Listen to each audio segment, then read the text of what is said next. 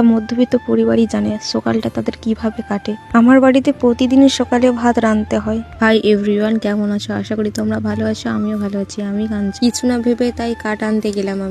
আগে আমি বাপের বাড়িতে পাতার জালে রান্না করতাম, খড়ের জালে রান্না করতাম, কিন্তু এখন দেখো শ্বশুর ঘরে এসে বড় বড় কাঠ পাচ্ছি, তাও আমাকে ছোট কাঠগুলো আর পছন্দ হচ্ছে। এখন মনে হচ্ছে বড় বড় কাঠের জালে রান্না করি। কোথায় আছে না, যতই দাও মন ভরে না। রান্না করতে হবে, হাঁড়িটায় পাঁচ ফুলিলি, কারণ হাঁড়ি না পাঁচ ফুলালে যখন আর কি হাঁড়িটা মাজবো তখন ছাড়াতে একদম পারবো না আমি। শুধু পাঁচ না, আমি মাটিও দিই, মাটি দিলেও ভালো লাগে। ওয়ানে তো হাঁড়িটা চাপিয়ে দিলাম, এখনো কিন্তু হাঁড়িতে জল দিইনি আমি, তাই জলটা দিয়ে দিলাম। আমার মতন কেউ কি আছো ওয়ান ধরাতে যে কান্না করো ধোঁয়ায়?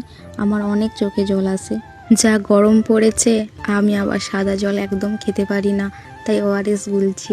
ডাক্তারবাবু বেশি করে জল খেতে বলেছে, অথচ আমি সাদা জল একদম খেতে পারছি না। সাদা জল খেলেই না বমি পাচ্ছে। আমি এটাও জানি মানুষের পক্ষে জলটা অনেক জরুরি, কিন্তু কি জানো তো, আমি সব জেনেও আমি